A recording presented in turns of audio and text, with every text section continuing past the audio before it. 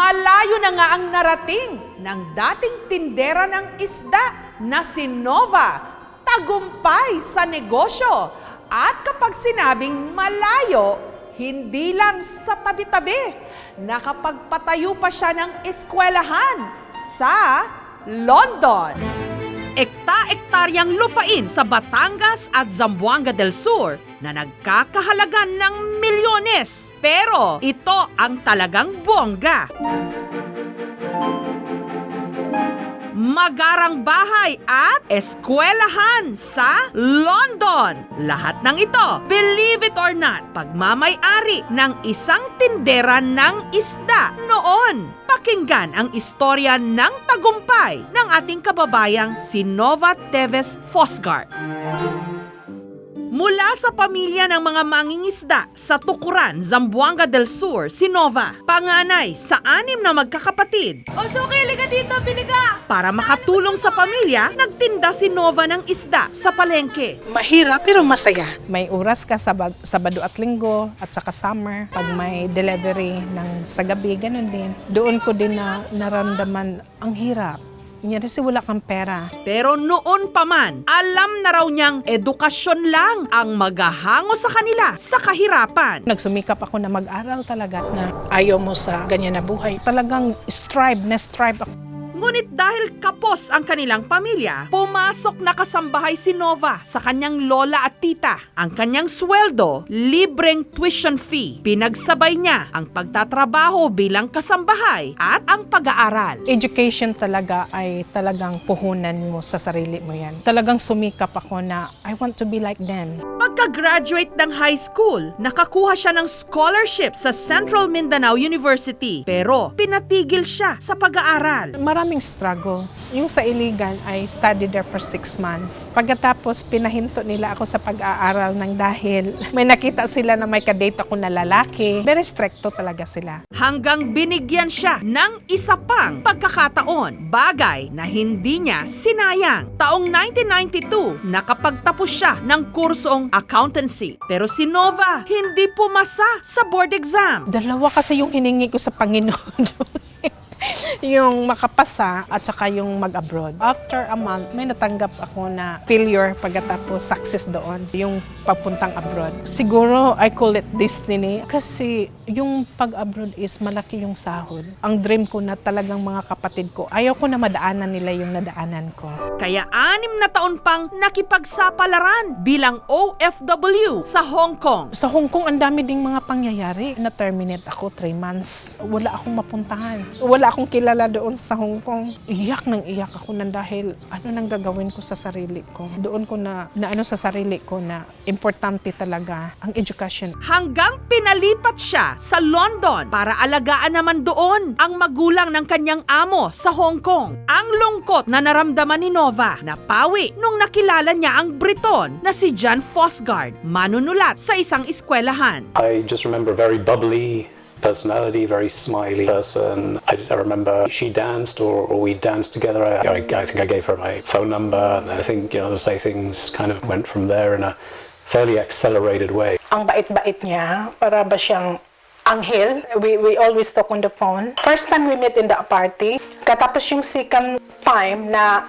nag-date kami. It was quite a two-way thing. I mean, at that time I was studying. Well, I was, I had my own house. What I remember is, for example, Nova paying for our dinner. Wala kaming away, gano'n. Parang instinct na siya na talaga yung maasawa ko. Pero yung time na nag-aral siya ng postgraduate niya sa writing, pagkatapos we are in relationship with that time na nabuntis na ako. Paglilinaw ni Nova, hindi ang pagpapakasal kay John ang dahilan kung bakit siya umasenso. Katunayan, nung una, hindi raw naging maginhawa ang kanilang buhay mag-asawa. Hanggang taong 2007, isang oportunidad ang dumating sa kanila. Yung asawa ko nag-apply ng teaching job to teach English for the foreign student. So sa pagturo niya, inalok siya ng may-ari kung gusto niyang bibilhin yung school. Ang tinutukoy na eskwelahan ang Pearly Language College, eskwelahan sa London na nagtuturo ng Ingles. Ang mag-asawang Nova at Jan, interesadong mabili ito. Yun nga lang, wala raw silang sapat na pera noon. Kaya nagbenta sila ng kanilang mga ari-arian at nangutang pa. Yung bahay namin yata ito, 2 bahay, ni-remortgage namin. Kasi there's no accreditation, isa lang estudyante dati. Kasi magre-retired nga yung may-ari, wala na silang interest na ipatuloy. Nung napasa kanila ang eskwelahan, ang problema, hindi naman daw nila alam kung paano ito patakbuhin. Doon, nag-hire kami ng mga expert.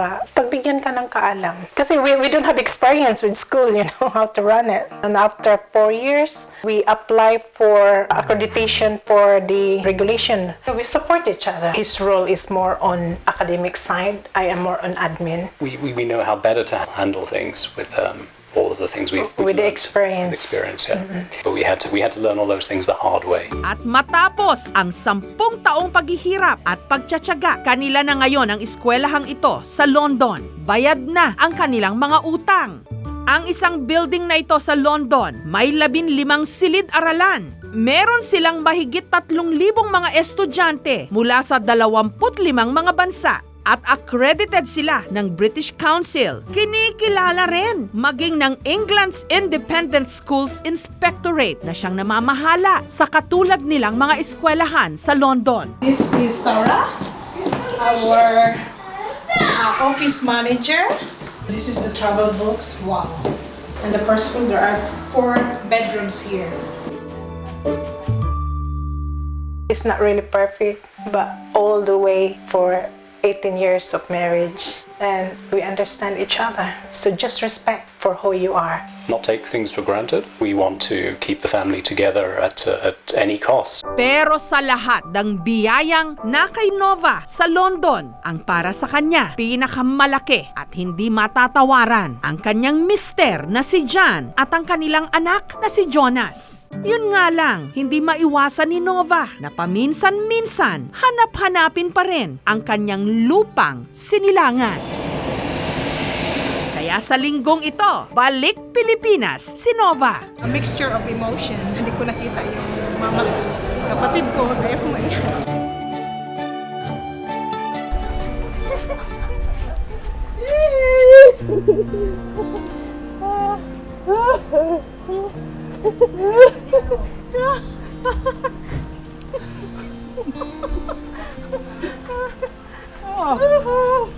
unsa? Diyan!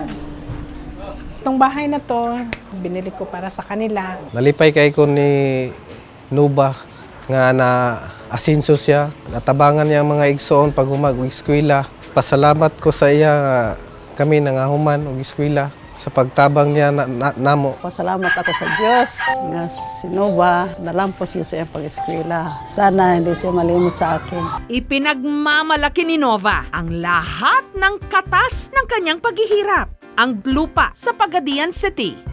Pati na ang 4 na ektaryang lupaing ito sa Sitio Kamanga. Meron din siyang 1 ektaryang lupain sa Pagadian City na may mga tanim na nyog at saging. Naalaala ko yung nakahiga kami, yung bata pa kami, nakatingin sa bituin. Pagkatapos pag yung bituin nahuhulog, mag-ano ka ng mga wish mo. Sana isang araw maging Rhina ako. I never think na ma-reach ko yung dreams ko na ito.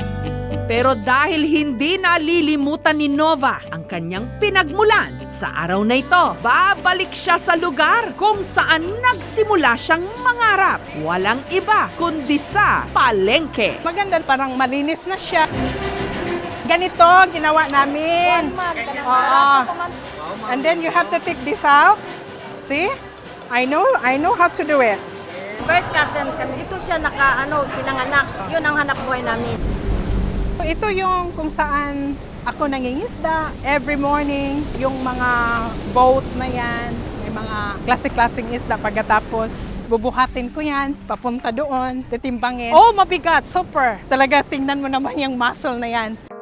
At dahil malaki rin ang utang na loob na tinatanaw ni Nova sa eskwelahan, meron siya inihandang sorpresa. Nandito ako para mamigay ng para sa mga bata. Kasi talagang I'm very passionate about education, especially children. Maayong hapon! Oy, that's nice! Hala, malipayon lagi mo ay!